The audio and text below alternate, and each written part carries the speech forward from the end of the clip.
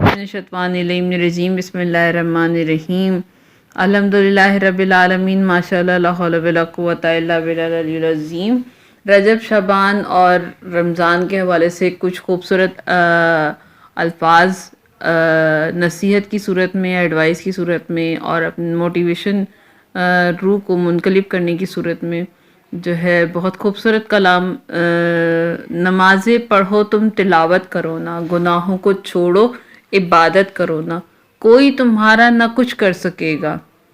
اپنے خالق کی اطاعت کرو نا، پریشاں کیوں ہو خدا ہے تمہارا، دعاؤں سے اپنی حفاظت کرو نا، نبی کی محبت میں داڑھی بڑھا کر نبی جیسی اپنی شباہت کرو نا، اگر چاہتے ہو دلوں میں حلاوت نگاہوں کی اپنی حفاظت کرو نا،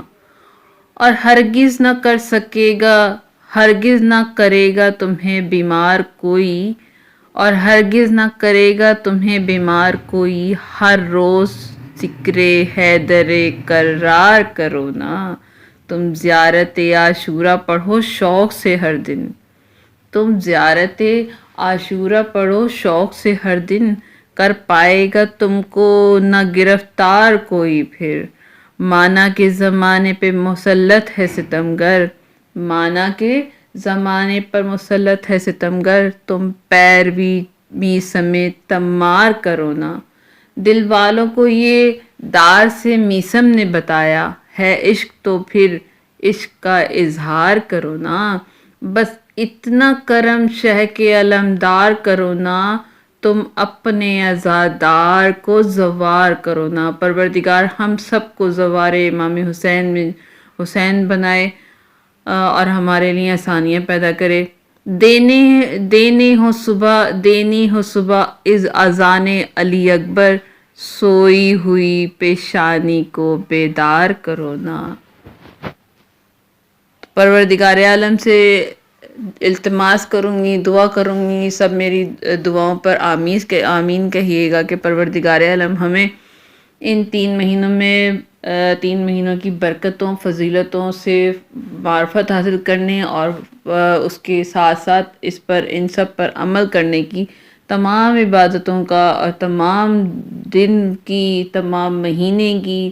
اور ہر ہفتے کی، ہر دن کی عبادت اور ہر دن کی خاص فضیلت سے فیض یاب ہونے کی ہمیں ہمت اور طاقت عطا فرمائے۔ ہماری روح کو اتنا منقلب کر دے پروردگار، اتنا منقلب کر دے کہ ان 3 مہینوں کی جو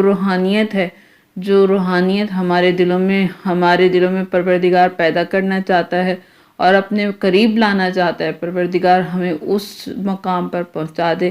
ہمیں اس قابل بنا دے کہ ہم اپنے گھر پر، اپنے گھر والوں پر سیرت آل محمد پڑھنے اور سیرت آل محمد پڑھنے، سمجھنے اور ہمیں اپنے گھر پر امپلیمنٹ کرنے کی ہمت اور طاقت عطا فرما۔